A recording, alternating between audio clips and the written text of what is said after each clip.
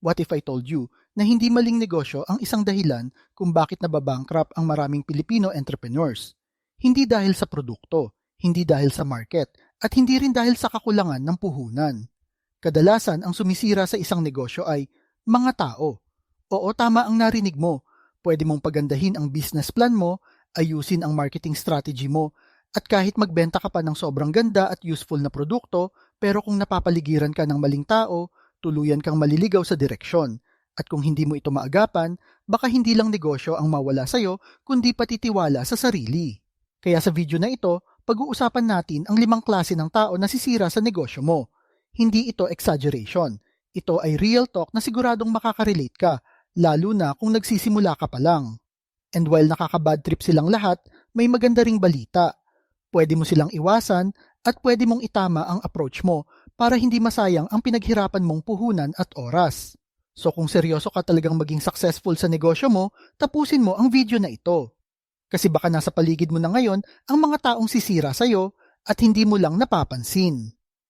Una, mga empleyado mong puro reklamo pero walang binibigay na solusyon. Alam mo ba yung mga tao na tipong laging may comment sa trabaho pero kapag tinanong mo kung paano maayos, bigla na lang tatahimik? Laging may reklamo pero zero contribution sa solusyon. Ang ganitong klaseng tao ay parang butas sa bangka. Habang nagsusumikap kang magsagwan papunta sa direksyon na patutunguhan nyo, unti-unti naman niyang pinapalubog ang bangka sa negativity. Ang negosyo ay hindi para sa taong laging naghahanap ng mali pero ayaw naman tumulong sa pag-ayos nito. Hindi mo kailangan ng empleyadong problem finder. Ang kailangan mo ay problem solver. Kasi sa business, laging may challenge, laging may sablay. Normal lang yon. Pero ang tunay na asset na empleyado, marunong maghanap ng paraan, hindi lang magsabi ng reklamo. Think about it. Kung may isang staff na laging nag-a-absent or late, tapos siya pa yung pinakamaingay sa trabaho, imbes makatulong, nagiging stress multiplier lang siya. Instead na mapa-fast track ang growth, sila yung dahilan kung bakit bumabagal ang system mo. Kaya as early as possible, kailangan mong maging malinaw sa expectations. Turuan mong mag-focus sa solutions, hindi sa problema. At kung hindi nila kayang magbago ng attitude, baka oras na para hanapan mo ng kapalit. Mas mabuti ng maliit ang team mo, pero lahat may drive na tumulong, kaysa malaki nga ang team, pero ubos ang energy mo sa kakamanage ng negative vibes. Ikalawa, customers na gusto ng VIP treatment pero ayaw magbayad ng premium. Ito ang classic problem ng maraming small business owners sa Pilipinas. May mga customers na gusto ng mabilis ang service, sila dapat ang palaging priority at parang dapat may red carpet treatment sila sa tuwing bibili. Pero pagdating sa bayaran, bargain hunters pala. Gusto nila ng presyo na parang divisoria, pero ang expectation nila parang 5-star hotel service. Nakaka-relate ka ba? Minsan nga sila pa yung pinaka-demanding pero ang ending hindi nagbabayad on time o kaya lagi pang tumatawad. Ang nakakainis pa, kapag hindi mo na ibigay yung gusto nila, sila pa yung unang magpo-post sa social media na ang pangit ng service. Business rule, kung VIP treatment ang gusto, dapat VIP payment din ang kaya nilang ibigay. Hindi mo trabaho na isacrifice ang kita mo at oras ng ibang customers para lang mapasaya ang isang taong ayaw mag-invest ng tama. Ang magandang mindset dito ay huwag mong habulin lahat ng customers. Hindi lahat ng tao ay market mo. Mas okay na mawala ng isang demanding na kliyente kaysa mawala ng 10 loyal customers na willing magbayad ng tama. Tandaan mo, negosyo ang pinapatakbo mo at hindi charity, lalo na kung binababa ang presyo mo para sa mga customers na ito. Ikatlo, mga taong mahilig magbigay ng advice pero wala namang successful na negosyo. Sigurado akong na-encounter mo na ito, yung tipong wala namang sariling business pero feeling nila ay sila ang pinakamagaling na consultant. Ang daming opinion, ang daming sinasabi. Kesyo dapat ganito ang marketing, dapat ganito ang strategy, dapat ganito ang presyo. Pero kapag tinanong mo, anong negosyo mo ang naging successful na? Bigla na lang silang tatahimik. Ito yung mga tao na malakas lang ang boses pero kulang sa resulta. At delikado kapag nakinig ka sa kanila. Kasi pwede nilang ibahin ang direction mo base sa mga opinion na wala namang solid foundation. Ang tunay na mentor ay may resulta, hindi puro salita, kaya dapat careful ka kung sino ang pinapakinggan mo. Hanapin mo yung mga taong may proven track record, yung may napatunayan na kahit hindi sila malakas magsalita. Sa negosyo, hindi popularity contest ang batayan, kundi result na may na-establish ng negosyo. Ika-4, Kapartner na mas marami pang hinihingi kaysa inambag sa negosyo. Maraming negosyo ang bumagsak hindi dahil mahina ang market, kundi dahil mali ang partner na napili. Sa simula, parang sobrang ganda ng partnership.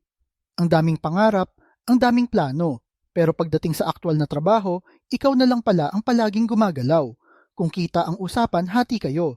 Pero kung effort ang usapan, ikaw lang mag-isa. Ang ganitong klaseng partner ay hindi dapat partner ang tawag kundi pabigat. At kung hindi mo ito ma-address agad, mauubos ang energy at resources mo sa kakabuhat ng taong wala namang ambag. Sa business partnership, para itong kasal. Dapat give and take. Parehong may risk, parehong may effort, parehong may ambag. Hindi pwedeng isa lang ang kumakayod habang yung isa nag-aabang lang ng kita. Kaya bago ka makipag-partner, siguraduhin mong kilala mo ng mabuti ang taong yon. Hindi lang sa pakikisama kundi pati sa work ethic. Dahil sa negosyo, hindi lang skills ang mahalaga kundi attitude at commitment. Ikalima, supplier na hindi maayos ka deal. Ito yung madalas hindi agad nakikita ng mga nagsisimula pa lang pero napakalaki ng epekto sa negosyo. Isipin mo, may customer kang nag-order ng maramihan. Excited na excited ka kasi malaki ang kikitain. Pero nung dumating ang supplier mo, kulang ang items, late pa. Ano ang ending? Hindi mo na-deliver sa customer ang order at ikaw pa ang napahiya. O kaya, isang buwan na steady ang presyo ng supplier tapos biglang nagbago ng rates nang walang abiso. Naipit tuloy ang budget at kita mo. Ang ganitong supplier ay hindi asset kundi isang liability. Nakakabawas ng kita at nakakasira ng tiwala ng customers. Tandaan mo, ang business reputation mo ay nakasalalay din sa reliability ng supply chain mo.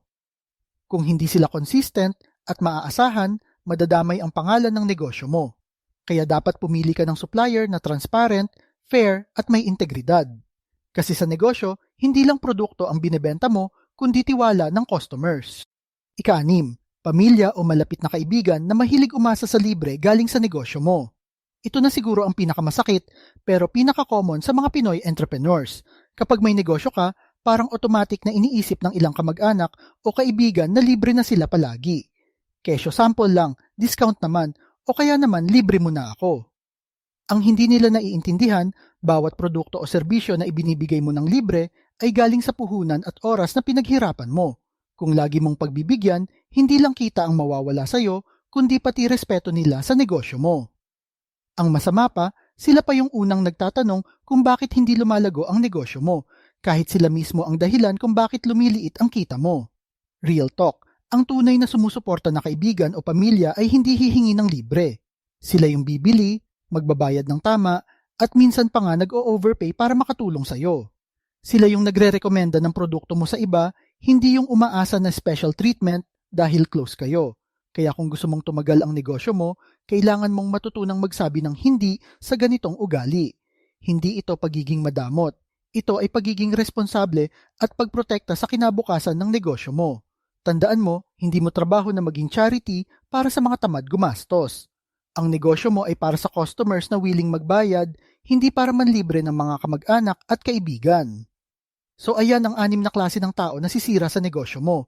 Empleyado na puro reklamo, customers na demanding pero kuripot, advisors na puro salita lang, partners na walang ambag, suppliers na hindi maaasahan at kakilala na mahilig sa libre.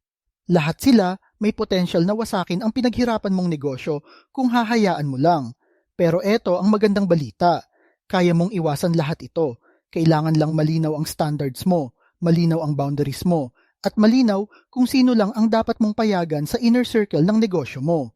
Tandaan mo, hindi lang produkto at puhunan ang nagtatagumpay ng negosyo.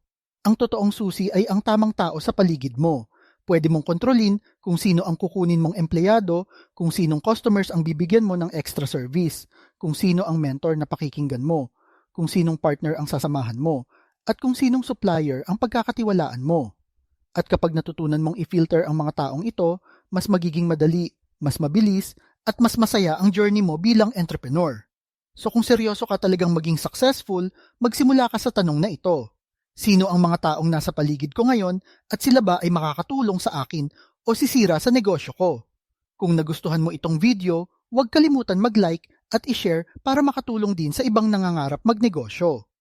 At kung gusto mo pa ng mas marami pang ganitong Real Talk tips, make sure to subscribe para updated ka palagi. Ako si Invest and Up At ito ang paalala ko sa iyo. Sa negosyo, hindi lang kita ang binibilang, kundi kung sino ang kasama mong umaakyat. Maraming salamat at kita-kita ulit tayo sa mga susunod na video.